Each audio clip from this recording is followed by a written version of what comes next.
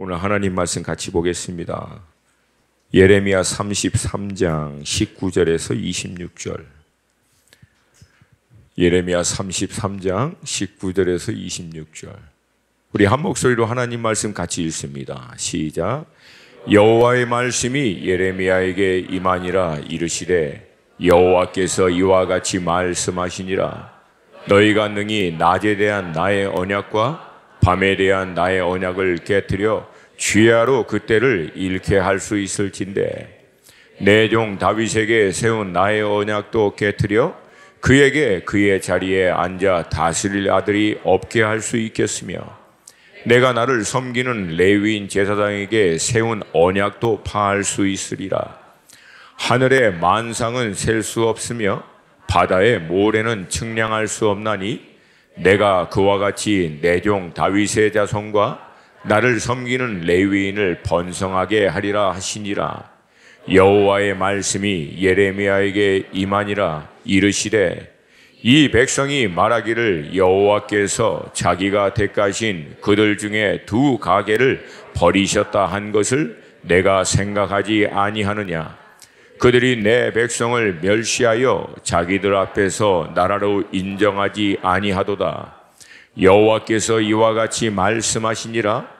내가 주야와 맺은 언약이 없다든지 천지의 법칙을 내가 정하지 아니하였다면, 야곱과 내 종 다윗의 자손을 버리고 다시는 다윗의 자손 중에서 아브라함과 이삭과 야곱의 자손 다스릴 자를 택하지 아니하리라. 내가 그 포로된 자를 돌아오게 하고 그를 불쌍히 여기리라. 아멘.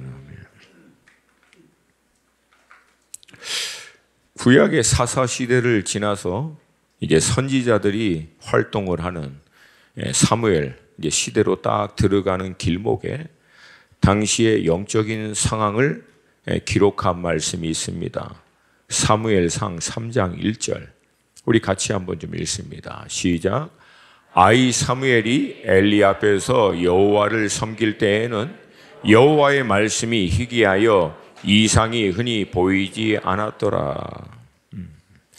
여기서 얘기하는 이상은 하나님이 그 시대를 살고 있는 당신의 백성들에게 하나님의 그 시대를 향한 의중, 그 뜻, 어떤 계획을 갖고 계시는지를 말씀하시고 보여주시는 사건을 이상, 히브리 말로 하존이라고 하는데 영어로 비전, 계시, 황상, 묵시 그런 뜻입니다.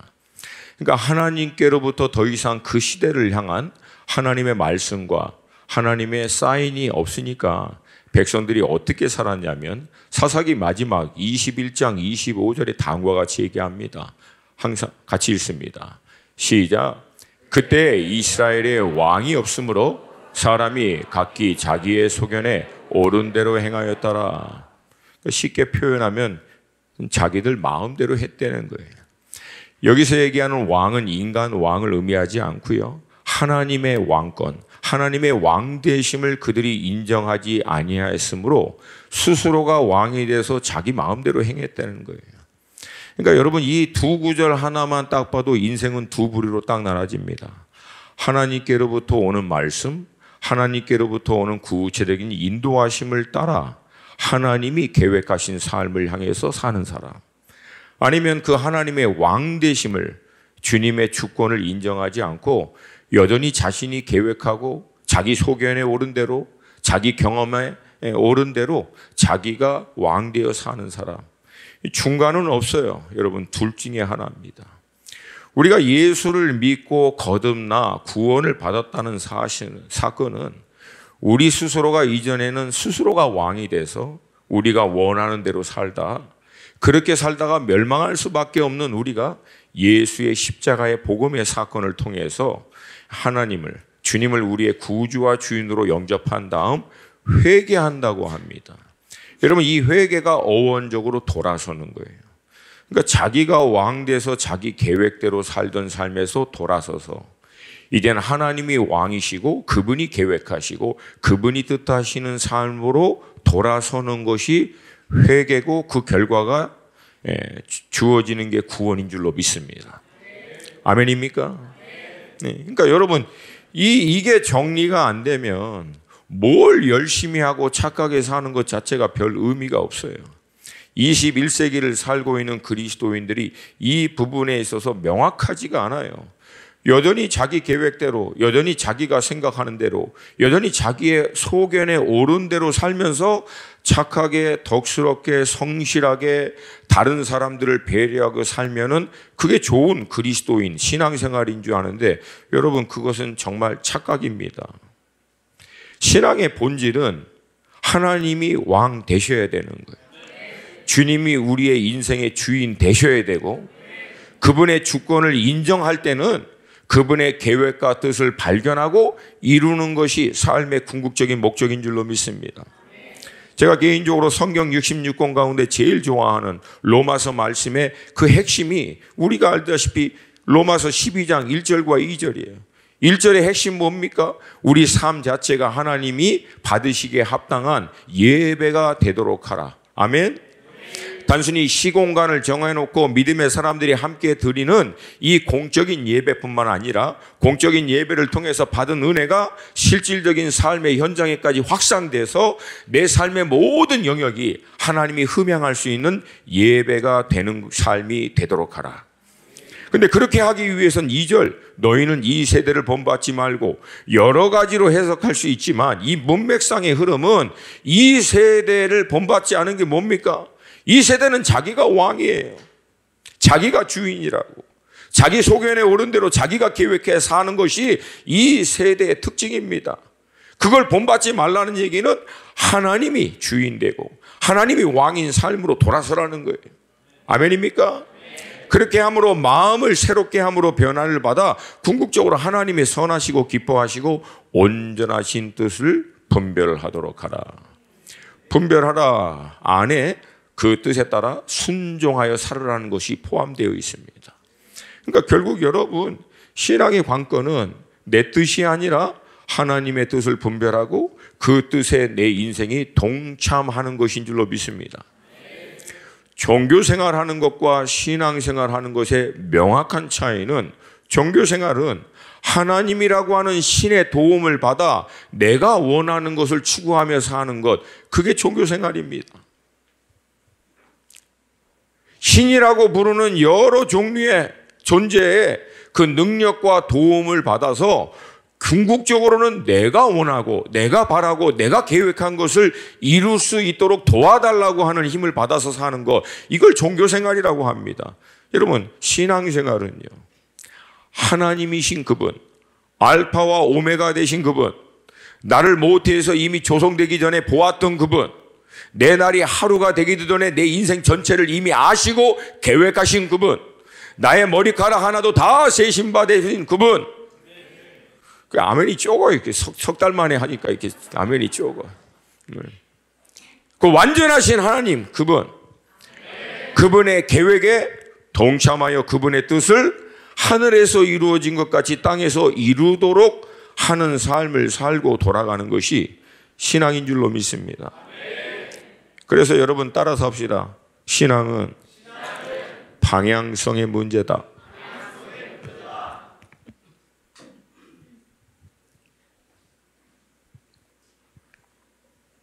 아직도 미열이 있어서 입이 좀 자주 말라요. 죄송합니다. 그러니까 여러분, 방향이 틀어지면 열심히 한다고 의미가 있어요, 없어요? 착하게 하면. 방향이 틀어졌는데 착하게 해. 쉽게 얘기할게요. 여러분 여기서 이제 서울을 가시려고 그래요. 근데 방향을 인천으로 가고 있어. 주변 사람들 배려하고 착하게 운전하면은 인천으로 향해도 서울로 갑니까? 네, 이제 이해하시죠? 열심히 가면, 빨리 가면, 죽으라고 가면, 방향이 틀어지면 다 틀어진 거예요. 그 방향이 곧 예수인 줄로 믿습니다. 그러니까 결국은 예수의 주권을 인정하고 그 예수의 인도하심을 따라 하나님께서 계획하신 뜻을 예수가 이 땅 가운데서 이루신 그 모델대로 우리도 그 하나님의 계획과 뜻을 발견하고 온전히 순종하는 것이 신앙의 본질이다.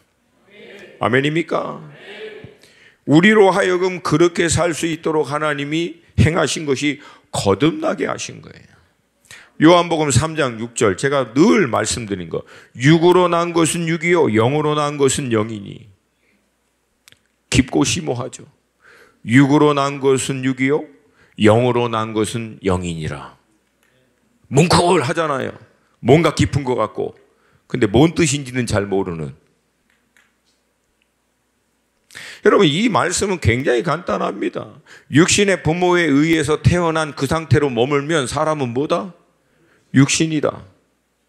예수 그리스도의 복음을 통해서 거듭나 영이신 하나님 안에서 다시 태어나야만 영이 될 수 있다.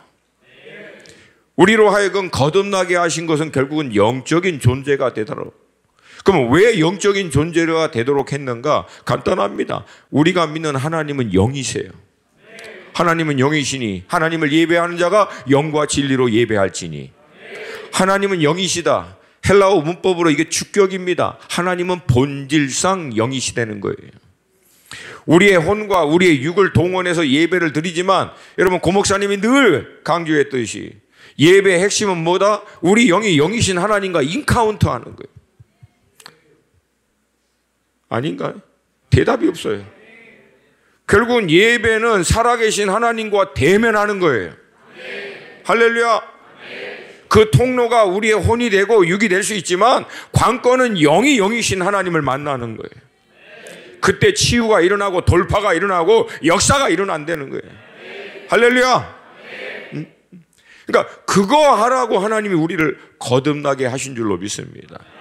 근데 문제는 이 영적인 활동이 우리에게 익숙하지 않다는 거예요. 육의 활동처럼 혼의 활동처럼 익숙하지 않으니까 계속 안 하는 거예요.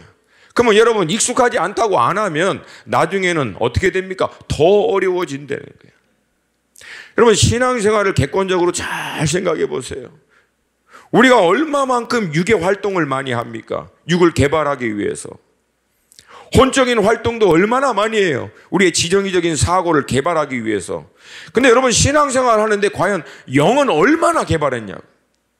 신앙생활을 여러분 육의 삶이라고 합니까? 영적인 삶이라고 합니까? 근데 영의 삶인데 과연 영의 삶을 살기 위해서 우리 영을 얼마만큼 개발을 했냐. 이게 우리의 근본적인 문제다라고 하는 거예요. 그러므로 여러분, 모든 신앙의 관건은 결국은 우리 영이 영이신 하나님의 임재 가운데 들어가 살아계신 하나님을 만나고 그 하나님의 음성을 듣고 그 하나님의 뜻을 분별하고 그 하나님의 인도하심을 따라 사는 것인 줄로 믿습니다. 그때 하늘에 예비하신 모든 신령한 것과 하늘의 가장 좋은 것들로 하나님이 우리를 공급하시고 역사해 줄 줄로 믿습니다. 그때가 카이로스가 일어나는 거잖아요. 하늘에 있는 모든 신령한 것들이 이 크로노스 시공간 가운데 우리의 영적인 교통을 통하여 우리 가운데 임하는 역사가 일어날 때 시공간의 모든 물리적인 제약을 돌파하고 하나님의 역사를 실제 삶의 현장 가운데 경험할 수 있다는 거예요. 할렐루야. 근데 과연 이거를 사모하는 만큼 얼마만큼 우리의 영이 하나님과 이 교통을 할 수 있도록 우리가 노력을 하고 있는가? 우리 늘 액티베이트, 활성화해야 된다라고 하는 얘기를 많이 해요. 여러분, 영을 활성화하는 데 있어서 제일 중요한 것은 뭐다? 영을 활성화하는 신앙 행위에서 제일 중요한 게 뭐다? 네, 말씀과 기도. 이게 오래간만에 와가지고 다 까먹었어요, 여러분. 다시 한번, 무엇과 무엇이다? 할렐루야. 할렐루야. 그러니까 이걸 안 하면 우리 영이 개발이 된다, 안 된다? 그러면 영적인 하나님과의 교통이 깊어질 수 있다, 없다? 그럼 여러분, 얼마나 간단해, 얼마나 간단해. 왜 안 되는지 알잖아요, 뻔히. 말씀 앞에 머물러서 말씀 앞에 나를 정렬시키고 기도를 통해서 내 영을 깨워서 영이신 하나님 앞에 약속의 말씀을 붙들고 딱 도킹할 때, 연결될 때 하나님께서 부어주시는 기름 부으심을 통하여 우리의 삶에 막혔던 것들이 돌파될 줄로 믿습니다. 안 보였던 해결점들이 하나님이 주시는 지혜와 계시적인 메시지를 통해서 보이게 될 줄로 믿습니다. 이게 여러분 영적인 삶이잖아요. 우리 그렇게 살으라고 하나님이 우리를 거듭나게 해주신 줄로 믿습니다. 여러분, 영적인 삶에 결국은 뭐가 임하냐면 말씀이 임하는 거예요. 말씀이. 살아계신 하나님의 말씀이 임하는 거예요. 우리 고목사님이 이 부분을 너무나 잘 설명해 줬잖아요. 하나님의 말씀이 임한다라고 하는 것은 기록된 하나님의 약속과 예언의 말씀이 개인적인 차원에서 우리가 이해하고 확증할 수 있도록 역사하는 순간이다. 내 말씀으로 온다는 거예요. 내게 주시는 말씀, 내 삶에서 역사하시는 말씀, 내 심령 가운데 때리는 말씀으로, 내 영을 깨우는 말씀으로, 나에게 주시는 말씀으로 내가 확신할 수 있도록 하나님이 내 마음 가운데 감동과 은혜와 확신을 주는 사건, 이게 하나님의 말씀이 임하는 사건.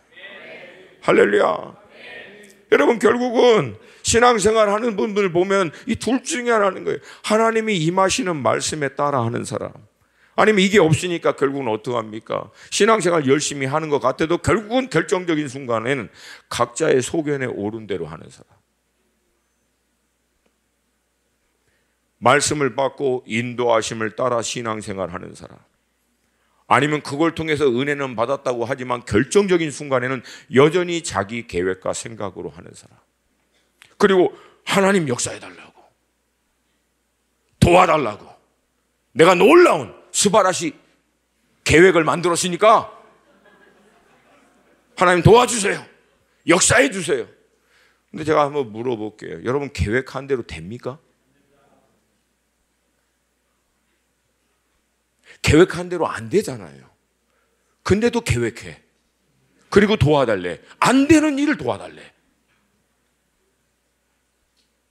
왜 우리의 계획이 계획한 대로 안 되냐면 우리는 불완전한 존재입니다. 완전한 존재에서 완전한 계획이 나오죠. 불완전한 존재 안에서 어떻게 완전한 게 나오겠습니까? 내일 일도 모르는데. 물론 우리의 합리적인 사고, 이성적인 어떤 논쟁, 그 모든 철학, 학문, 사조, 경험들을 통한 갖고 있는 모든 지식들의 축적을 통해서 여러분 그러면 그거는 필요 없습니까? 아니, 필요해요. 그 모든 걸 동원해서 하나님의 의중을 분별하라고요.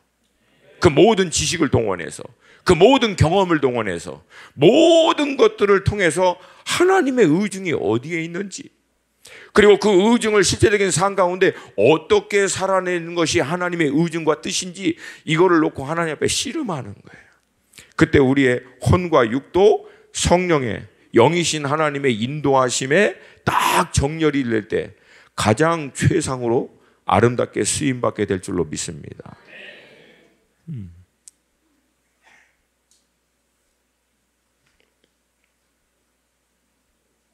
여러분, 이렇게 하나님의 말씀이 임하게 될 때는요,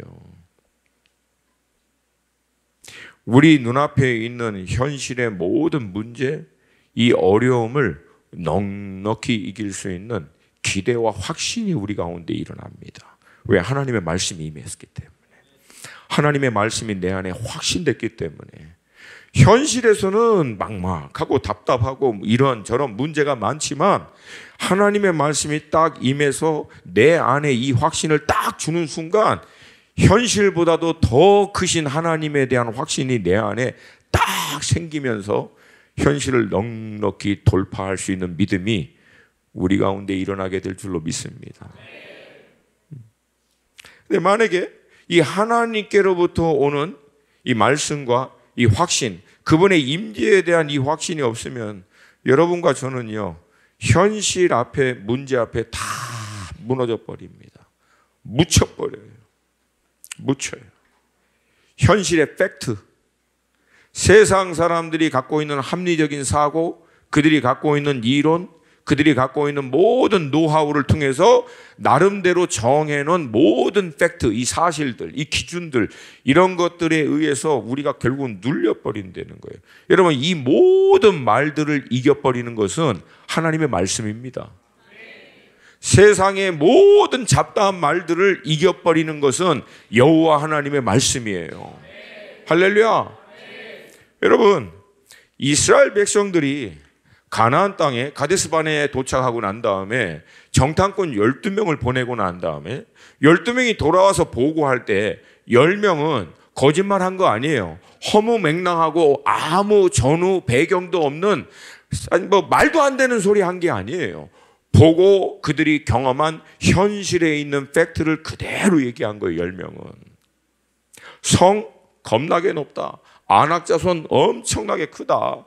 산악에 있는 불병과 이거는 우리가 게임이 안 된다. 이건 도저히 안 된다. 여러분 보고 경험하고 그들이 깨달은 현실의 팩트를 그대로 백성들에게 얘기합니다.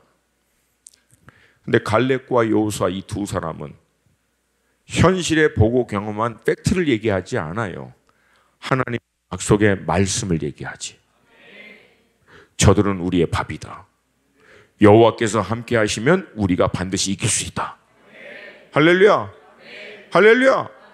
그러니까 여러분 우리가 이 세상의 그 많은 팩트의 얘기들을 이겨낼 수 있는 유일한 방법은 하나님께로부터 오는 말씀을 받아야 된다는 거예요. 묵상은 깨닫는 시간이 아니에요. 여러분 뭐 도 닦습니까? 맨날 깨닫게. 묵상은 기록된 이 말씀을 통하여 이 시대를 살고 있는 우리들에게 말씀하시는 하나님, 내 개인적으로 다시금 확증해 주시는 하나님의 음성을 듣는 시간이에요. 그 말씀의 인도하심을 받는 시간이라고. 할렐루야. 그 말씀을 통해서 우리는 현실을 이겨내는 거라고. 약속의 말씀 딱 붙들고 하나님의 진리의 말씀 붙들고 눈앞에 펼쳐지는 현실이 너무나 분명한 것 같지만 이 현실보다도 더 명확한 하나님의 약속의 말씀, 그분의 언약의 말씀, 이거 붙들고 일어나는 거예요. 아멘입니까? 근데 여러분 놀라운 것은 뭘 붙드느냐에 따라 우리 인생은 결정됩니다. 세상의 팩트 붙들고 세상의 팩트에 따라 사는 사람, 그 사람의 인생의 결론은 세상의 팩트예요. 이거 명심하셔야 돼요, 여러분. 근데 하나님의 언약의 말씀, 하나님의 약속의 말씀을 붙드는 사람의 인생의 결론은 약속이라는 거예요. 하늘의 유업을, 땅을 다스리고 통치할 수 있는 자녀됨의 권세를 회복하는 하나님의 언약과 약속의 말씀을 삶의 실제 가운데 경험하는 거예요. 왜? 그거 붙들고 살았기 때문에. 할렐루야. 여러분 날마다 붙드는 게 뭡니까? 세상에서 얘기하고 있는 온통 팩트, 우리 젊은 친구들 이거 하면 잡 된대더라, 이거 하면 직장 생긴대더라, 이거 하면 먹고 산대더라. 우리 믿음의 부모님들이 자녀들에게도 맨 그런 얘기하는 거, 온통 팩트만 얘기하는 거예요. 요즘에 그런 거 공부하면 못 먹고 산대더라. 여러분 우리가 붙드는 것은 하나님의 말씀입니다. 할렐루야. 그래서 여러분 이 말씀이 임할 때까지, 우리가 영이신 하나님과 교통할 때까지, 제가 얘기했잖아요. 올 상반기에 하나님이 저에게 주신 단어가 딱 두 단어가 있다고. 하나, 정렬하라. 주님께 정렬시켜라. 얘기했나요 그 전에? 다시 들어도 새롭죠? 예, 새로워요. 정렬하라. 따라서 합시다. 주님께 정렬하라. 우리 삶의 모든 구체적인 영역마다 주님께 딱 정렬시켜야 돼요. 정렬되기 위해서 삐져나온 가지들, 잘못된 삶의 모든 것들, 이거 말씀 앞에 다 쳐내서 주님 앞에 딱 줄 서는 거예요. 정리시켜서 딱 정리되면은 그때 실제적으로 주님의 통치가 그 영역 가운데 임합니다. 재정적인 영역에서 주님 앞에 딱 정렬이 되잖아요. 그러면 그 재정적인 영역 가운데 주님의 통치가 역사하는 것을 경험합니다. 관계 영역에서 주님 앞에 딱 정렬되잖아요. 관계 영역 가운데 주님의 통치가 경험이 됩니다. 자녀, 여러분의 직업, 여러분의 전공, 모든 영역 하나하나마다 여러분 하나님의 실제적인 경험이 왜 이 영역에는 없지? 그러니까 여러분 신앙생활 하다 보면 그런 경험이 있잖아요. 다 잘 되는 것 같은데 어떤 특정한 영역에서만큼만은 이상하게 죽 쓰는 거예요. 안 되는 거예요. 뭔가 답답한 거예요. 이유는 간단합니다. 그 영역이 주님 앞에 정렬이 안 됐기 때문에 그래요. 그거는 저도 마찬가지예요. 그래서 하나하나 살피는 거예요. 내가 내 인생 전체를 펼쳐놓고 늘 매 순간 점검하는 거예요. 과연 이 영역이 주님 앞에 정렬이 되어 있는가? 저의 사역적인 영역에서, 재정적인 영역에서, 관계적인 영역에서, 자녀 부분의 영역에서 주님 앞에 정렬이 되었는가 점검하는 거예요. 왜? 주님 앞에 정렬이 안 되면 각자의 소견에 옳은 대로 할 수밖에 없다는 거예요. 그리고 그 끝은 한계예요. 인간의 한계. 안 되는 거예요. 안 되는, 결국은. 그래서 믿음으로 선포하겠습니다. 주님께 모든 영역을 정렬하라. 아멘입니까? 두 번째가 영적인 컨디션을 유지하라예요. 영적인 컨디션을 유지하라. 따라서 합시다. 모든 것은 컨디션의 문제다. 여러분, 몸이 원하는 대로 안 움직이는 것은 몸의 컨디션이 안 돼서 그래요. 어렵지 않죠? 어려운가 대답을 안 하시네. 몸이 생각대로 요즘에 잘 안 움직이시죠? 우리 형님들, 누님들. 예, 저도 잘 안 움직여요. 옛날에 제가 어느 시를 읽었는데, 내 이 강력한 나의 이 정신을 내 육체가 뒷받침만 해줄 수 있으면 내가 세상을 바꿨을 것이다. 그런 시를 누가 썼더라고요. 그래서 내가 그거 읽으면서 웃었어. 야, 나는 정신은 어떤지 몰라도 몸은 힘이 넘치는데 뭘 이게 못 받쳐줘 했더니 요즘에 회개하고 있어요. 아, 그럴 수도 있구나. 그럴 수도 있구나. 이게 안 돼. 왜? 몸이 컨디션이 안 되면. 몸도 여러분 컨디션이 안 되면 내가 원하는 대로 안 움직여져요. 우리 지정의적인 사고도 마찬가지입니다. 많은 새로운 지식과 함께 새로운 것들을 업데이트해서 논리적으로, 합리적으로, 이성적으로 이걸 정리하고 얘기하고 나누고 분별하는 이 훈련을 안 하면 머리도 내가 원하는 대로 그렇게 안 움직여집니다. 영은 똑같다는 거예요. 영도 컨디션이 돼야 주님의 뜻이 분별되고 주님의 음성이 들리고 주님의 뜻에 순종이 됩니다. 결단으로 순종됩니까? 안 됩니다. 영적 컨디션이 되면 순종은 됩니다. 그러니까 순종할 수 있는 컨디션이 있다는 거예요. 절대 순종이 안 되는 컨디션이 있고, 그걸 흔히 우리 영성이라고 얘기해도 괜찮고 뭐라고 붙여도 상관없어요. 그러니까 결국은 신앙이라고 하는 것은 주님의 음성을 듣고 주님의 뜻을 분별하고 그 뜻에 순종할 수 있는 컨디션을 유지하도록 하는 거예요. 할렐루야. 할렐루야. 이거 컨디션 유지하기 위해서 말씀 앞에 서는 거예요. 정렬하여 주님의 음성을 들을 수 못하도록 하는 정렬되지 않은 모든 잡다한 것들 가지쳐서 딱 맞추면 어느 순간부터 들리기 시작하고 컨디션, 영적인 컨디션이 맞춰지기 시작한다는 거예요. 할렐루야. 할렐루야. 그리고 이것이 주님 안에서 더 활성화되기 위해서 기도하면서 깊게 들어가면 어느 순간부터 주님의 뜻을 알게 되고 그 뜻에 순종하는 것이 너무 자연스러워지는 상태까지 나아간다. 할렐루야. 여러분, 이 은혜가 올 한 해 여러분 가운데 있기를 주님의 이름으로 축복합니다. 근데 여러분, 컨디션은 하루아침에 만들어져요, 안 만들어져요? 육 컨디션도 안 돼요, 그렇게. 우리 지정의적인 사고, 이 컨디션도 하루아침에 못 만들어요. 영은 더 안 돼요, 이거는 그렇게. 그래서 여러분, 신앙에서 정말 중요한 것은 지속성이에요. 지속적으로 말씀 앞에 가시고, 지속해서 기도하는 자리 가시고, 뭔가 둔해졌다 싶으면 아, 내가 영적인 컨디션이 이게 안 돼 있구나. 주님 앞에 정렬이 제대로 안 돼 있구나. 정렬되고 컨디션 되면 들려요. 분별돼요. 순종이 가능합니다. 하나님 뭘 원하는지 알아요. 깨닫는 게 아니라 알아요. 그게 히브리 말로 야다잖아요. 야다. 헬라말로 기노스코. 깨닫는 게 아니에요. 영이 아는 거예요. 영이신 하나님의 의중을. 뭘 하나님이 기뻐하시는지, 하나님이 뭘 원하시는지 아는 거예요. 할렐루야. 그리고 그 뜻에만 순종하는 거예요. 그러면 나머지는 하나님이 역사하시는 거예요. 할렐루야. 하나님의 말씀이 들리기 시작하고 그분이 뭘 원하시는지가 깨달아지기 시작하니까 그 말씀과 뜻에만 순종하는 거예요. 뭐 크고 대단하고 놀라운 일 전 모릅니다. 지금도 그래요. 오늘 말씀해 주세요. 오늘 인도해 주세요. 주님 의중이 어디 있는지 말씀해 주세요. 그러면 그만큼만 가는 거예요. 나머지는 주님이 역사하십니다. 할렐루야. 그게 주님과 동행하는 삶이잖아요. 주님의 말씀에 따라가는 삶이잖아.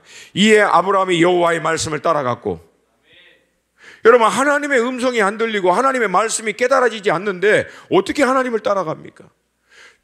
내 양은 내 음성을 듣나니. 새로운 말씀 아니죠?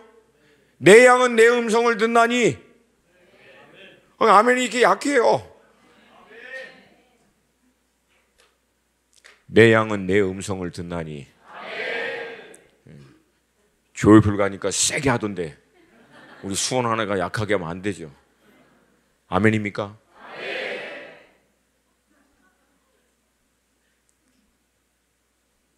주님의 음성이 들려야 주님을 따라가지.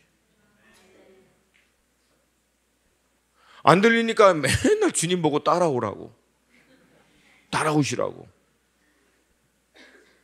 21세기 그리스도인들에게는 어마어마한 영성이 있어. 주님도 이끌고 가는 영성. 맨날 계획하고 자기가 생각한 대로 일 저질러 놓고 주님 역사해달라고. 가끔가다 또 날짜까지죠. 내일까지 역사하시고 다음 주까지. 도대체 이게 주객이 바뀌어서 주객이. 여러분, 저는 합리적인 사람입니다. 논리적이고 이성적인 사람이에요. 설득이 안 되면은 저는 안 움직이는 사람이에요. 근데 제가 설득된 것은 뭐냐면 주님은 무조건 옳다는 거예요. 주님은 무조건 완전하시다는 거예요. 주님은 무조건 나를 향한 최선이 무엇인지 아시는 분이시다는 거예요. 그럼 그분에게 맞추면 되지.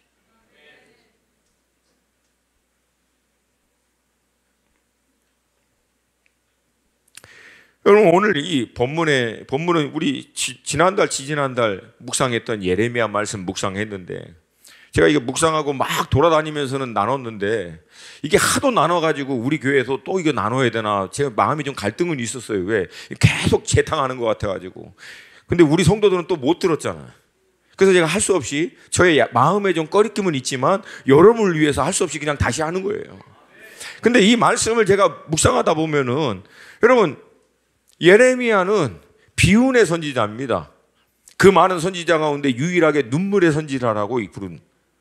요시야 왕 13년 던 627년이거든요. 그때 부름을 받았고 남한국 유다 586년에 멸망할 때 근 41년에서 42년, 뭐 학자들마다 싸워요. 41년이다 42년. 그거 별로 안 중요해.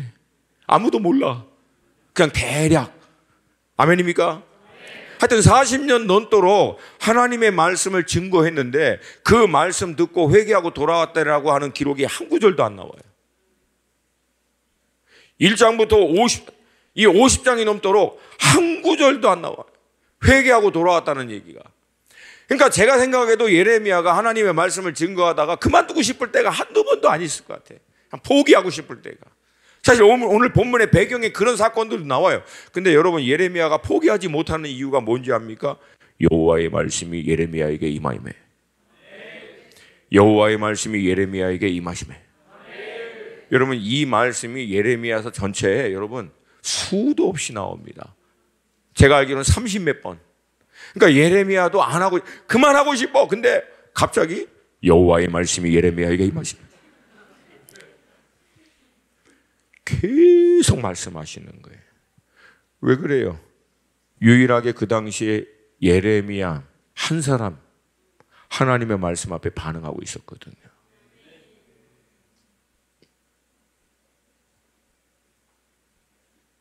근데 나중에는 예레미야도 너무 힘든 거예요. 여호와의 말씀을 정말 꿀송이같이 달게 여기면서 그 말씀을 가지고 하나님의 백성들에게 전파했지만 아무도 귀뚱으로 듣지 않고 어느 날 그 말씀을 사역을 하다가 자기 상황, 환경을 본 거예요. 온통 주변엔 전부 다 원수, 자기는 고통 가운데, 억압 가운데, 핍박 가운데. 그리고 도대체 하나님은 그 말씀하신 대로 역사해 주는 흔적 사인은 없고. 그래서 어느 날 예레미야가 15장 18절 하나님 앞에 얘기합니다.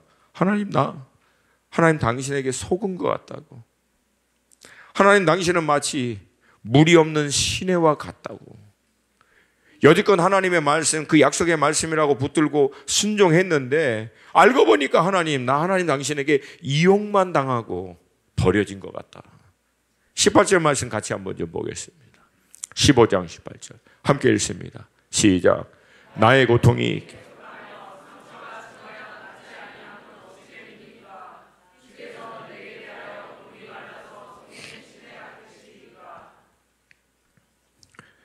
여러분 물이 마르면 시내예요, 아니에요? 오아시스인 줄 알고 갔다가 봤더니 물이 없어. 그러면 그 오아시스입니까, 아닙니까? 그러니까 하나님 당신은 신실하신 분, 하나님 당신은 살아서 역사하시는 분인 줄 알았는데 알고 보니까 하나님 나 당신에게 속은 것 같다. 하나님 역사 안 하시고 약속하신 말씀대로 신실하게 행하시지 않은 것 같다고. 어느 날 너무 마음이 힘든 거예요. 예레미야도. 여러분 이럴 때는요, 솔직한 것이 제일 지혜롭습니다.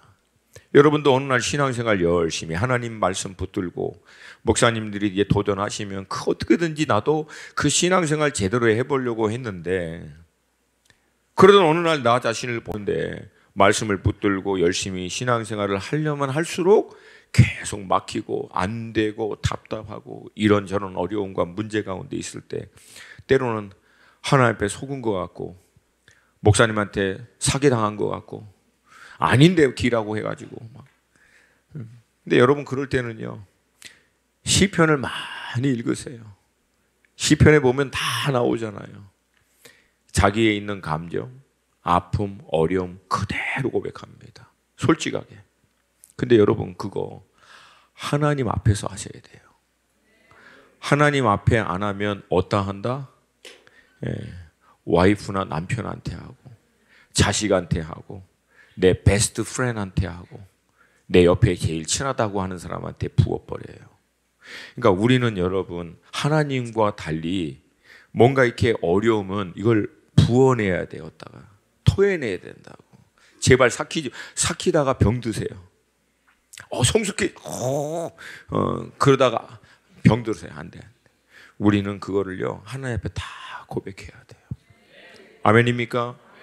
억울하면 억울하다고 얘기하고 화나면 화난다고 얘기하고. 여러분 그 얼마나 사무엘 시대가 누구한테 어떻게 열렸어요? 사무엘 시대가 어떻게 열립니까? 세컨드 때문에 뚜껑 열린 한나 때문에. 할렐루야. 나의 대적 분인 나를 데려가던가 거기서부터 시작해서 토로하다가 결국은 하나님의 의중과 뜻이 한나에게 딱 연결된 순간, 할렐루야, 시대가 바뀝니다. 시대가 바뀌었어요. 그 여인 한 명 때문에. 그 여인이 하나님 앞에 자기의 개인적인 문제로 시작했지만 그 시대에 하나님이 이루려고 하는 하나님의 계획 앞에 딱 정렬시키니까, 기도를 통해서 딱 맞추니까 시대가 한나를 통하여 바뀌어버립니다. 지금도 하나님 그렇게 할 수 있을 게 없어요. 있어요, 없어요? 그게 믿음입니다. 한나 할 수 있으면 나는 할 수 있어요, 없어요? 아멘입니까? 그게 믿음이에요. 너무 막 엘리야 같은 사람만 비교하지 말고 부담돼. 힘들어요. 한나 할 수 있잖아요. 기드온 할 수 있잖아요. 숲틀에 막 들어가가지고 거기서 뭐 좀 타닥해갖고 그거 하나 건져 먹으려고 했는데 큰 용사여 일어날지어다. 아멘. 할렐루야. 여러분 기드온이 큰 용사면은 여러분과 나는 큰 용사 될 수 있어요, 없어요? 아멘입니까? 그러니까 결국은 뭔 얘기하려다가 오늘 제가 정신이 약간 왔다 갔다 합니다. 네, 하나님 앞에 토로하셔야 돼요. 할렐루야. 그냥 다 얘기하세요. 골방에 들어가서 하나님하고 1대1.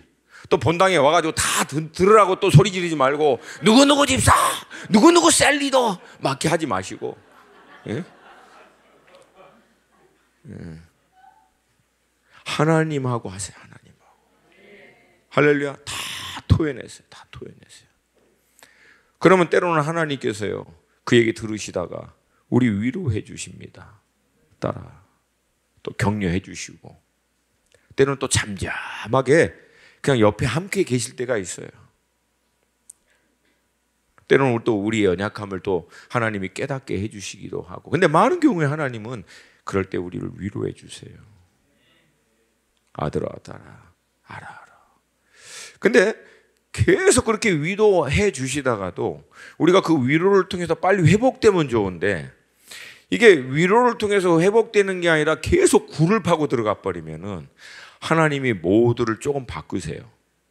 위로하고 격려하고 인내하고 막 이렇게 안아주고 괜찮아 이렇게 해주시다가 계속 굴 파고 한도 끝도 없이 들어가면요, 하나님이 분위기를 좀 바꾸세요. 그리고 굉장히 차갑게 강력하게 모두를 바꿔서 우리 심령 가운데 폐부를 확 찌르듯이 말씀하실 때가 있다는 거예요. 사실 예레미야 15장 배경이 그렇습니다. 그 전부터 계속 하나님 불평했거든. 근데 18절에 와서는 나중에 뭐라고 한 거예요? 하나님, 당신은 물이 마른 시내 같다고, 내가 당신한테 쏘가버린 것 같다고, 이용만 당한 것 같다고. 이거 이제 도를 살짝 넘어가는 순간이죠.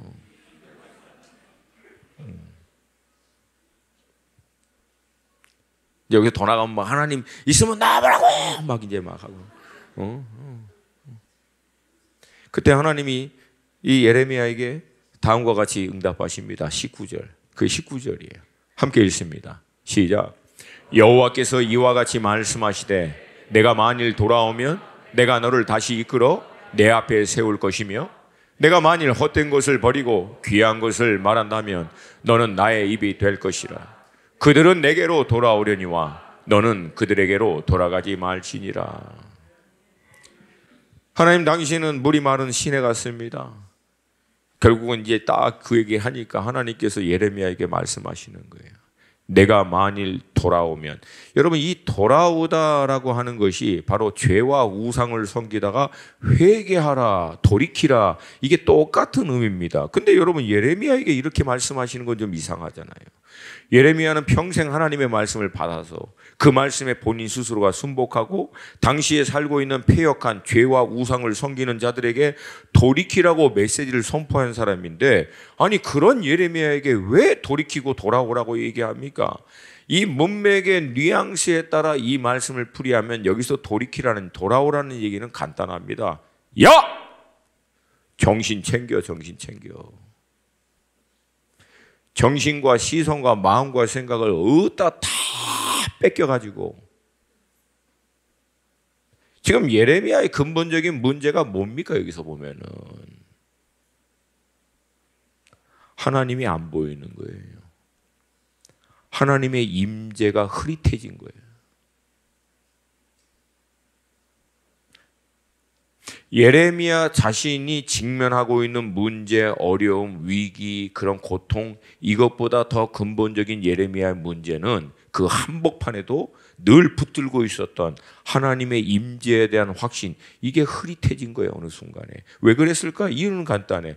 온통 시선, 마음, 생각, 이것을 주변에 있는 현실의 팩트, 눈에 보여지고 경험되어지고 있는 것들에 다 뺏겨버린 거예요.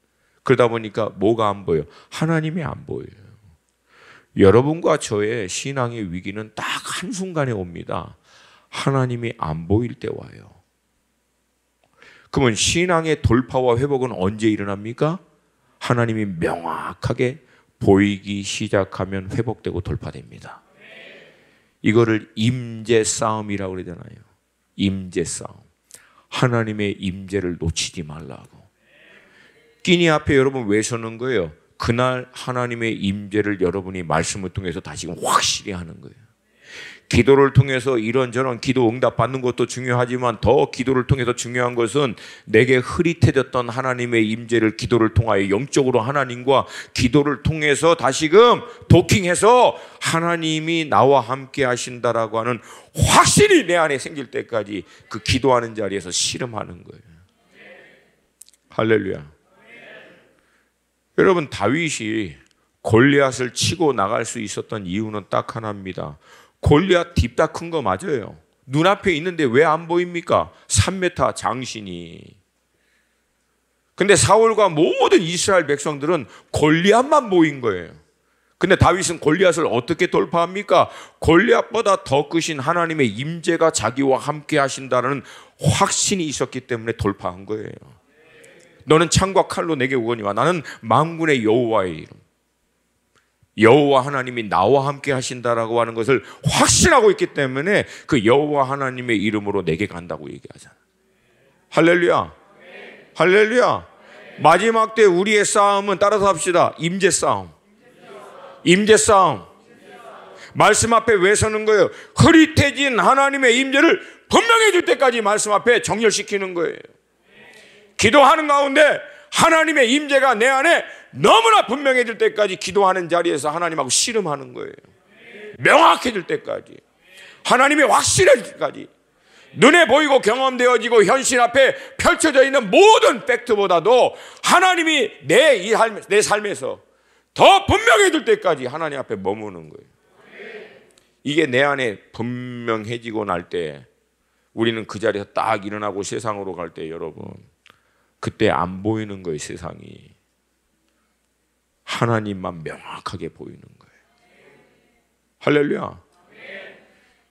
예레미야는 온통 마음과 생각과 시선이 다 뺏겨서 하나님이 안 보이는 거예요. 그러니까 하나님 당신은 내게 물이 마른 시내 같다고 왜 또 이런 소리 하고 있는 거지. 여러분, 근데 다윗도 그렇게 얘기하잖아. 절망하는 가운데. 근데 그때 뭐라고 얘기합니까? 다윗이 스스로에게 내 영혼아 내가 어찌하여 낭망하느냐. 너는 하나님을 보라. 하나님 봐. 집중해. 하나님. 주님 집중해. 주님 놓치지 마라. 주님 임재 놓치지 마라. 주님이 너와 함께 하신다는 확신 놓치지 마라. 이게 분명할 때 이 다윗이 그 아둘람 굴 안에서 뭐라고 얘기합니까? 내가 새벽을 깨우리로다.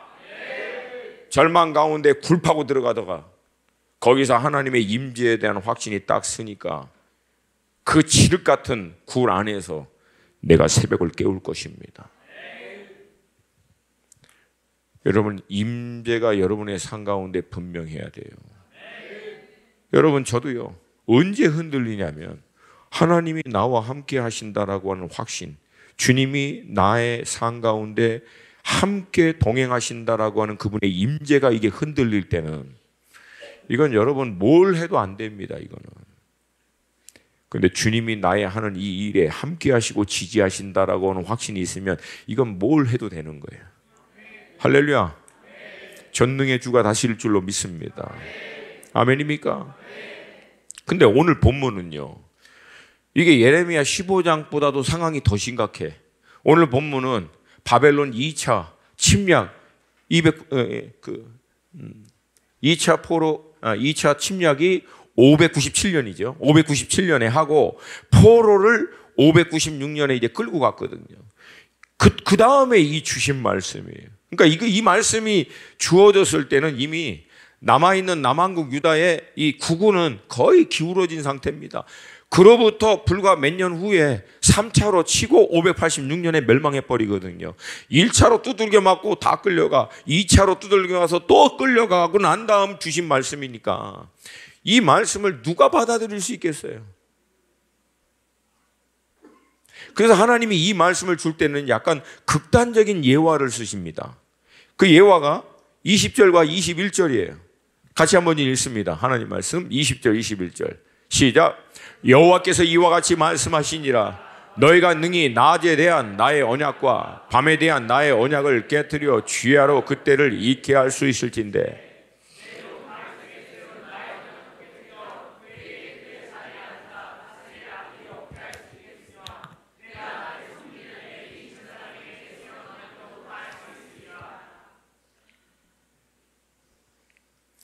이 두 구절 안에 나의 언약, 나의 언약 이게 4번이나 나옵니다. 그러니까 내 언약을 제발 기억해. 내 언약을 제발 기억해라. 이런 뉘앙스거든요. 근데 하나님이 이 언약이 깨질 수 있는 가능성을, 그래 내 언약이 깨질 수 있다. 언제? 만약에 너희들이 밤과 낮을 바꿀 수만 있으면, 밤과 낮을 정해놓은 내 언약, 이거는 언약이라고 표현했는데 법칙이라고도 할 수 있죠.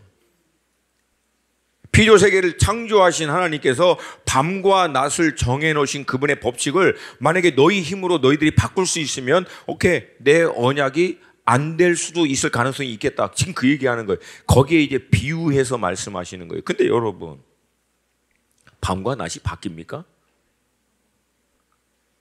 바뀌나? 대답을 안 하시네. 밤과 낮이 바뀌어요? 코로나 3년 동안 그 난리를 쳤는데 밤과 낮이 바뀝니까? 지진이 일어난다고 바뀌어요? 허리케인 터졌다고 바뀌어요? 태풍 친다고 바뀝니까? 경제가 무너졌다고 바뀌어요? 그냥 빨리 대답을 좀 하세요. 좀 시원스럽게. 뭔 일이 일어난다고 밤낮이 바뀌어요? 안 바뀌어요? 내 언약은 절대 깨지지 않을 거라는 거예요. 반드시 내가 너희에게 준 언약은 성취될 거라는 거예요. 질문하겠어요. 여러분에게는 이런 언약이 있으시냐고.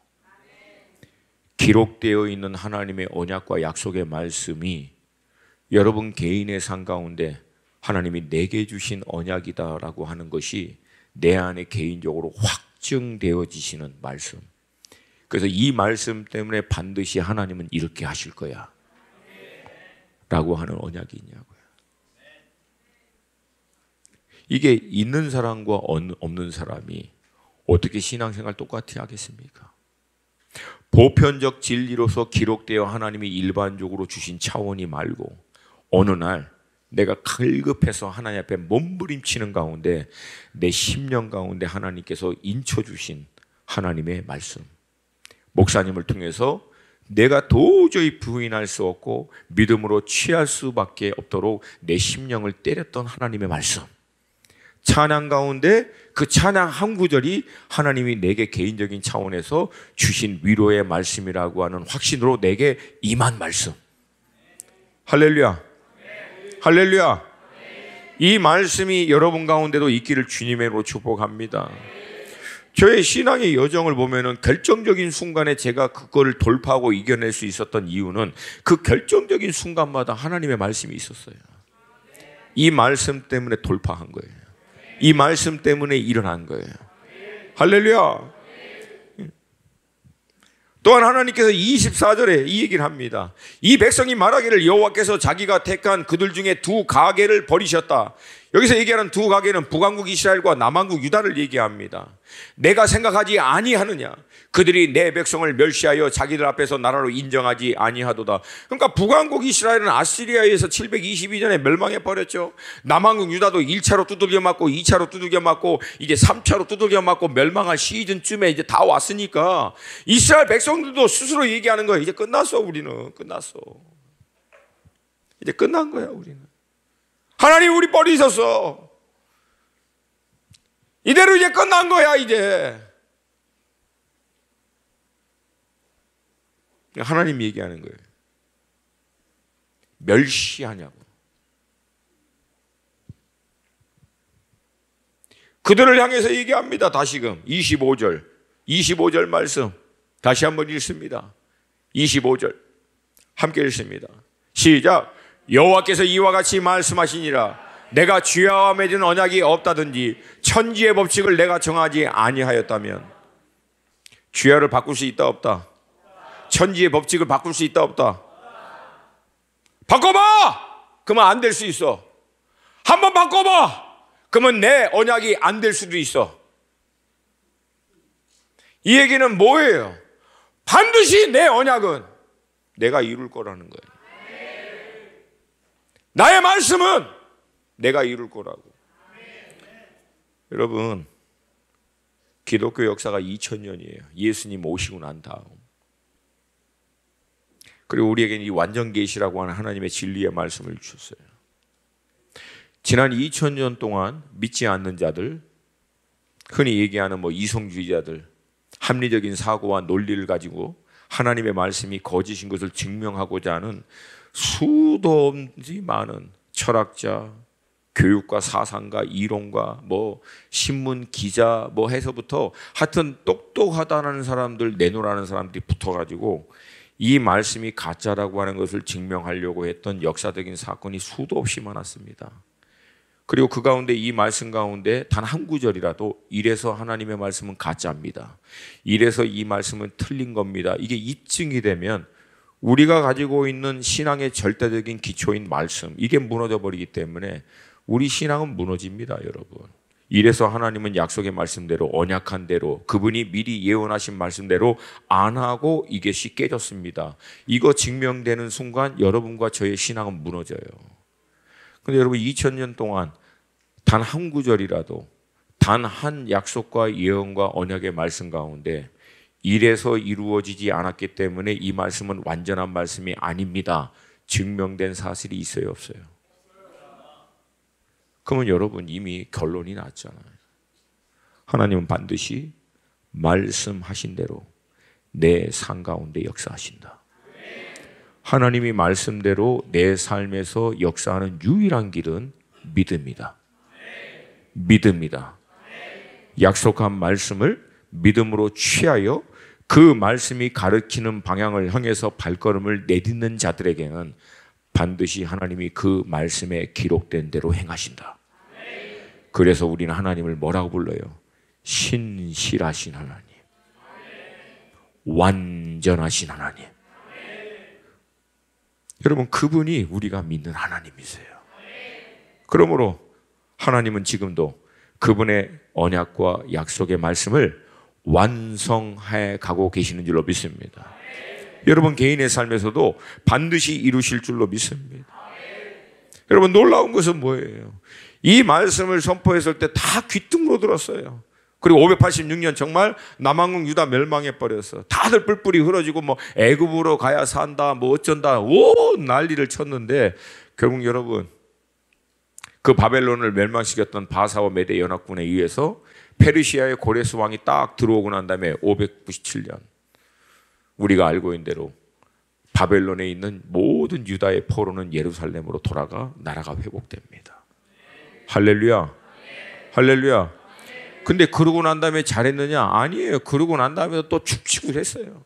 몇 번이고. 그래서 나중에 결국은 페르시아의 통치 밑에 있다가 그 다음에는 헬라 제국인 알렉산더 밑에서 엄청나게 터지다가 알렉산더 죽고 난 다음에는 북방에 있는 셀루키스, 남방에 있는 부틀렘이 중간에 껴져갖고 그렇게 밟히다가 나중에는 어떻게 됩니까? 지중해에서부터 일어난 인류 역사 가운데 가장 초강력한 제국 로마에 의해서 완전히 밟히다가 AD 70년 로마의 디도 장군에 의해서 이스라엘은 지구상에서 없어져 버렸어요.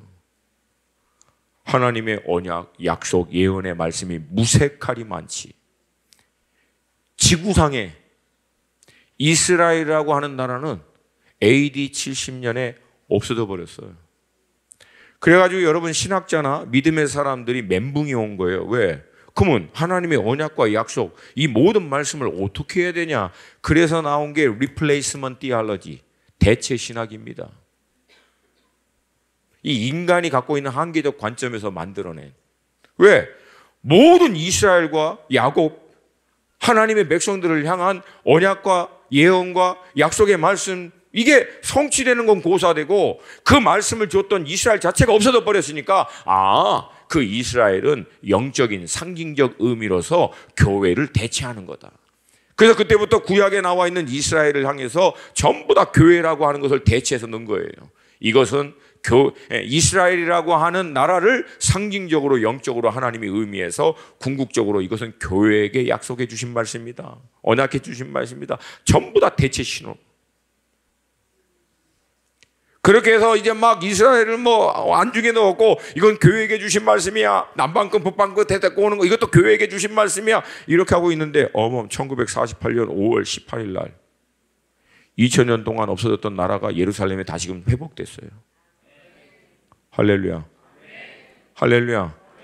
그 이스라엘을 짓밟았던 아람 멸망했습니다. 아시리아 멸망했습니다. 바벨론 멸망했어요. 페르시아 멸망했어. 헬라 제국 멸망했습니다. 로마 멸망했어요. 그리고 그 이후에도 수많은 나라들, 이스라엘을 대적했던 나라들 다 하나님께 터졌어요.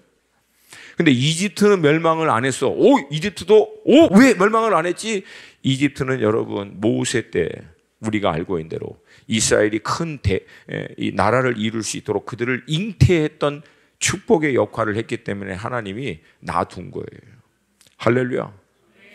이사야 19장에 보면은 복의 근원으로 오히려 하나님이 삼으시겠다. 나머지 나라는 전부 다 없어졌어요. 그리고 지금도 다윗의 별을 상징하는 이스라엘의 국길은 예루살렘에서 지금 휘날리고 있어요. 지금 여러분 하마스가 또 이제 쳤어요. 이거 제가 깊이 얘기하면 골치 아프니까 간단하게 얘기할까요? 누가 이길까요? 여러분이 생각할 때는 누가 이기겠습니까? 예. 아니, 이거 지금 이렇게 얘기했는데도 헷갈려요? 여러분, 반드시 하나님은 이스라엘을 지키십니다. 팔레스타인은 긍휼히 여겨주실 겁니다. 오히려 이 과정을 통해서 아픔과 어려움을 통하여 예수를 알게 하도록 하나님은 역사하실 거예요. 그것이 모든 것이 합력하여 선을 이루시는 하나님의 완전하신 계획과 뜻인 줄로 믿습니다. 이방의 충만한 수가 돌아오고 난 다음에 이스라엘로 하여금 오히려 그 이방이 돌아오게 한 것을 보고 질투하게 하셔서 결국은 이스라엘이 나중에 돌아오게 하시는 하나님의 완벽한 계획대로 하나님은 결국은 그분의 뜻을 이루어 가실 줄로 믿습니다. 여러분, 2000년 전 우리 예수님이 이 땅에 오실 때 예수님의 모든 사역은 딱 한 가지에 맞추셨어요. 아버지께서 당신 메시아를 위해서 예언하고 약속하신 그 말씀, 아버지의 그 뜻, 그것을 성취하러 오셨다고 얘기합니다. 이에 말씀을 이루려 함이라. 아멘입니까? 근데 여러분, 예수님께서 아버지의 그 말씀, 아버지의 그 약속과 예언의 말씀대로 순종하고 사역을 할 때 예수님이 직면한 현실은요, 이게 전혀 예수님이 볼 때 부드럽고 매끄럽고 아름답게 흘러가지 않습니다. 우리가 알고 있는 대로 아버지의 약속의 말씀이 성취되고 온전히 이루어지는 방향으로 가면 갈수록 예수님은요, 모든 사람으로부터 대적을 당하고요, 결국은 대제사장과 바리새인과 서기관들에게 붙잡히고 제자를 다 떠나고 그렇게 많이 따랐던 무리들은 오히려 예수님을 조롱하기 시작합니다. 여러분, 그 순간에 예수님이 마지막에 겟세마네에서 기도할 때 예수님도 얼마나 이게 힘들었으면 땀방울이 핏방울이 될 때까지 아버지 앞에 씨름하면서 기도하면서 다음과 같이 요청합니다. 이 잔을 내게서 지나가게 하옵시고, 할 수만 있으면 아버지께는 모든 것이 가능하지 않습니까? 할 수만 있으면 이 잔이 내게서 지나가게 해달라고. 왜? 예수님도 이게 두려운 거예요. 왜? 눈에 보이는 양상과 흐름은 전혀 예수님이 기대하고 예수님이 생각할 수 있는 그런 모습으로 안 지나가고 있거든요. 그러나 마지막에 예수님 고백합니다. 그러나 내 원대로 마시고 아버지의 뜻대로 되기를 원하나이다. 그리고 그 메시아는요, 골고다 십자가 위에서 처참하게 죽으십니다. 갈기갈기 찢겨서 피 흘리시고 결국은 죽습니다. 여러분, 그 죽는 순간에 예수님이 죽을 수 있었던 이유는 딱 하나입니다. 아버지 하나님은 말씀하신 대로, 언약하신 대로 나를 향해서 주신 그 말씀대로 반드시 행하실 것이다. 이것 때문에 십자가 위에서 죽기까지 순종하신 거예요. 말씀대로 행하실 하나님에 대한 절대적인 신뢰 때문에.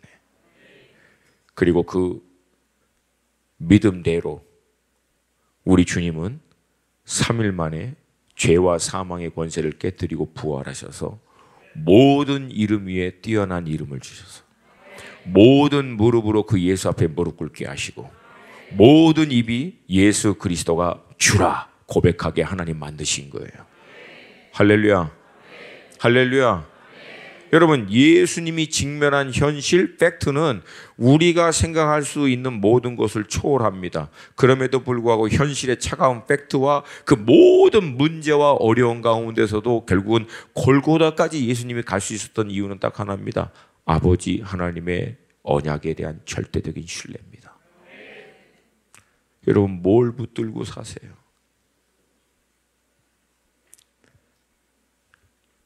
지금 이 시대에 여러분은 뭘 의지하면서 삽니까? 무엇을 붙들든 내가 붙든 그 말이 결국 내 인생의 결론이 될 겁니다. 세상의 팩트를 붙들고 그걸 쫓아 사는 사람은 세상의 팩트가 가리키는 결론에 이르게 될 것이고, 세상의 그 팩트 한복판 안에 그 수많은 세상의 말, 세상의 수많은 논리, 이성적이고 합리적인 그들의 주장, 그들의 모든 하나님의 진리를 대적하여 일어난 모든 가치관, 그 사상, 이 모든 것들을 거슬러 약속과 언약의 말씀을 끝까지 붙드는 자들은 하나님의 약속과 언약의 말씀이 온전히 이루어지는 삶으로 결론이 되게 될 줄로 믿습니다. 여러분, 우리는 팩트를 쫓아 사는 사람이 아닙니다. 무시하라는 것은 아니에요. 팩트도 활용하는 거예요. 진리를 발견하고 진리에 나를 맞출 수 있도록. 할렐루야. 할렐루야. 그리고 팩트가 승리합니까? 진리가 승리합니까? 진리가 반드시 승리합니다. 왜? 팩트는 잠시 있다가 소멸되지만 진리는 영원하기 때문에 그렇습니다. 이 진리에 따라 오늘도 날마다 하나님의 진리의 말씀이, 약속의 말씀이, 언약의 말씀이 여러분 가운데 인치고 여러분 가운데 확증이 될 때까지, 말씀과 기도하는 자리 가운데 하나님의 임재가 명확해질 때까지 씨름하여 돌파하여 그 진리의 말씀이 실제가 되는 삶을 누리시는 여러분과 제가 되시기를 주님의 이름으로 축복합니다. 아멘. 진리가 반드시 승리합니다. 우리 다 함께 좀 자리에서 일어나시겠습니다.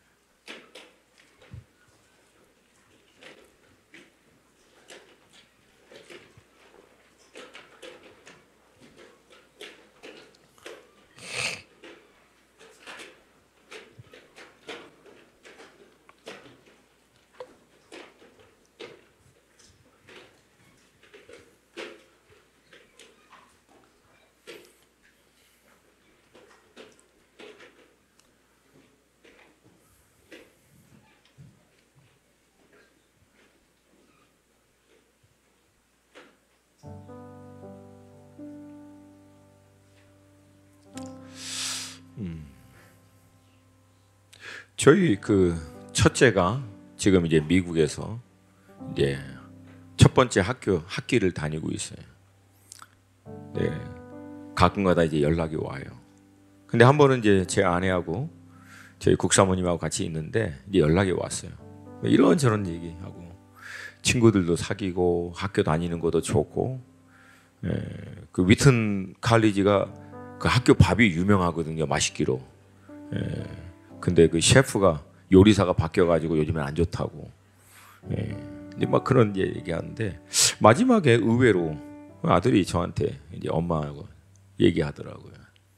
신앙이 떨어진 건 아닌데, 근데 이렇게 뭔가 이렇게 탁 올라가지 못하고 딱 걸려 있는 것 같다고. 뭔가 이렇게 좀 확 됐으면 좋겠는데 이게 막 내려가지도 않고 올라가지도 않고 이게 딱 걸려. 그러니까 자기도 좀 답답한가 봐요. 그걸 이제 나누더라고요. 그 나눌 때 제 안에 이제 하나님의 말씀이 이제 딱 떠올랐어요. 그래서 새벽아, 성경에 나를 찾는 자가 나를 만날 것이요 라고 하지 않았다. 그렇게 안 했나? 나를 간절히 찾는 자가 나를 만날 것이요. 여러분, 이 간절이라고 하는 단어를 왜 구태여 갖다 넣었을까요? 여백이 너무 많아서? 의도적으로 넣은 단어예요. 간절히. 이 간절이라고 하는 것을 가장 어떻게 보면은 쉽게 표현하면은 몸부림치는 거 아닙니까? 몸부림치면서 쉽게 해서 나를 몸부림치며 찾는 자는 나를 만날 것이요. 여러분, 예수님께서 첫 번째와 두 번째 계명을 가르칠 때 주 여호와 하나님을 사랑하고 안 했어요. 주 여호와 하나님을 어떻게 사랑하라고? 마음을 다하고 힘을 다하고 목숨을 다하여. 그게 다 간절이라는 거예요. 간절히.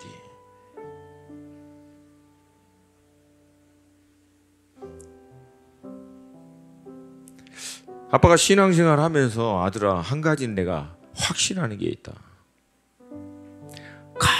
간절히 하나님을 찾는 사람들에게는 우리 고 목사님이 얘기했듯이 하나님의 카이로스가 임한다.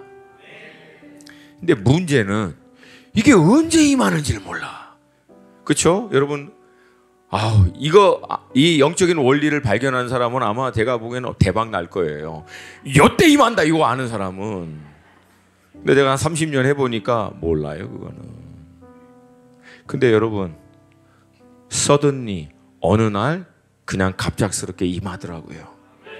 저도 그런 걸 너무 많이 경험해 봤어요. 그냥 어느 날 임하더라고요. 그냥 그냥 임해요 그냥. 근데 이게 언제 임하는 줄을 몰라. 그것만 알면 그냥 좀 쉬었다가도 그 순간 막 이제 막 하면 되는데 몰라요. 근데 여러분,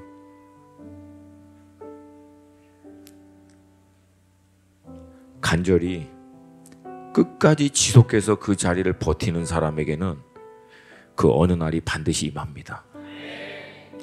중간에 포기한 사람은 모르겠어요. 멈춘 사람은 모르겠어. 그러나 주님이 정말 진리고 유일한 내 인생의 길이고 대안이 되시고, 그분이 나의 선한 목자시기 때문에 그분이 내게 말씀하시고 인도하시지 않으면, 하나님의 이 메시지가 없으면 나는 각기 소견에 옳은 대로 행하였다라고 하는 사사기에 사는 사람들과 같이 방황할 수밖에 없다라고 하는 것을 너무나 분명히 알고 있기 때문에 하나님 내게도 오셔서 말씀하여 주시옵소서. 주님 내게도 오셔서 역사하여 주시옵소서. 주님의 인도하심이 아니면 난 안 되겠습니다. 이게 너무나 분명해서 끝까지 그 자리를 버티는 사람, 여러분, 이들에게는 그 어느 날이 반드시 임합니다. 반드시 임합니다. 반드시 임합니다. 예. 할렐루야. 근데 여러분, 제가 늘 던지는 질문이 이거예요. 그 어느 날이 오늘 이 밤이 될 수도 있다 없다. 그게 믿음이라는 거예요. 아니면 내일 다시 하면 돼요. 내일 아니야. 내일 모레 다시 하면 되고. 제가 성령을 받았던 경험을 얘기했잖아요. 저는 미국 남침내 출신이잖아요. 성령 그런 거 안 믿었잖아요. 미국에는 남침내가 가장 보수적인 이 교단입니다. 오직 말씀, 그냥 말씀. 그리고 이 말씀 공부하고 설교, 이거 외에 다른 거 잘 안 믿는. 근데 거의 번아웃이 될 때 제가 YM 그 화요 모임에 갔는데, 그 화요 모임에 딱 들어가는 순간 3명이 저를 딱 쳐다보더라고요. 화요 모임 전체에 딱 3명이 있던 거야. 인도자, 반주자, 옆에서 노래 싱어하는 자매. 그 나만 간 거예요. 그러니까 나만. 제가 들어가는 순간 3사람이 딱 저를 보니까, 불사 잘못 왔구나 이거. 그 뒤에 이제 거의 그냥 꼬다놓은 눈같이 이렇게 이제 대충 앉아서, 혹시 저들이 막 깊은 임재 가운데 들어가면 튀려고 맨 뒤에 앉아 있었는데, 딱 앉아서 기도를 시작하는 순간 주님의 음성이 너무나 들리는 거예요. One thing you don't have, they have. 너에게 없는 한 가지가 저들에게는 있다. 제가 그 자리에서 그냥 무릎 꿇었어요. 그리고 2시간 내내 부르짖었어요. 주님, 그거 저도 주세요. 저 그거 없으면 지금 정말 죽을 것 같아요. 이제 제 한계에 왔습니다. 열심히 하는 거에 대해서는 그때 저희들은요, 둘째가라면 서러울 정도로 저는 열심히 했습니다. 여러분, 방언 없이 3시간 통성기도 해봤어요? 방언 아니고 순수 조선말로 3시간을 내리 기도해봤어요? 우린 그렇게 했었어 그때. 그러니까 너무 힘든 거예요. 근데 2시간 내내 제가 이렇게 부르짖었는데 놀랍게도 아무 일이 없었어요. 그 안녕히 계세요 하고 돌아왔어요. 누우면서 얼마나 좌절됐던지. 계속 매일 아침마다 기도하고 그 구하고 화요 모임까지 가서 찾아가서 했는데 2시간 내내 달라고 기도했는데 아무것도 없는. 다음날 아침에 또 늘 원래 하던 대로 새벽에 일어나서 짐 싸서 제가 협력하는 그 교회 다시 가서, 거기 골방 제가 하는 기도 초소 있거든요. 거기 들어가서 앉는 둥 마는 둥, 하나님 왜 나는 도와주지 않냐고. 1시간 푸념하다가 자다가 안 되겠어. 너무 화가 나. 그래갖고 오코나마나 보거나 막 그때 방언이 확 터지면서, 저도 알잖아요. 뭐가 저를 덮어버린 거예요. 머리끝부터 발까지 훅 덮어버리는. 할렐루야. 2시간 3시간을 내리 그 자리에 있다가 나오자마자 막 너무 뜨거워가지고, 그때 우리 간사들이 전부 다 LA에 무슨 컨퍼런스가 하고 인턴 간사들 몇 명 있었거든요. 기도했더니 방언 터지고, 기도했더니 터져버리고. 할렐루야. 그때부터 성령 하나님의 기름 부으심, 음성, 인도하심, 방언, 방언의 통변, 어떤 예언적 어떤 계시, 이게 계속 차근차근 열려지기 시작하는 거예요. 할렐루야. 할렐루야. 어느 날 임하게 됩니다. 주님의 음성이 들리기 시작합니다. 주님의 인도하심이 분명해지기 시작합니다. 포기하지 않는 사람, 포기하지 않는 사람에게는, 아멘입니까? 그 기도와 말씀을 통해서 뭘 해라고? 정렬시키라고요. 영적 컨디션을 만들어내라고요. 들을 수 있는 컨디션에 이를 때까지 정렬시켜라. 필요 없는 모든 거 가지쳐내고 하나님과 나의 의중과 마음과 시선이 딱 연결될 때까지 하나님 앞에 머무는 거예요. 말씀 앞에 기도하는 자리 가운데 머물러 정렬되면 어느 순간부터 하나님의 음성이 들리기 시작하고 하나님의 뜻이 알게 되고 내 안에 하나님을 향한 거룩한 갈망의 불이 새롭게 일어나게 되고 하나님의 구체적인 음성과 인도하심이 명확해지게 되고 이 돌파가 우리 가운데 일어나게 될 줄로 믿습니다. 여러분 사모하십니까? 이거 아니면 우리는 어떻게 산다고요? 각자 소견에 오른 대로. 그러니까 이거는 여러분 대안이 아니에요. 유일한 길이라고.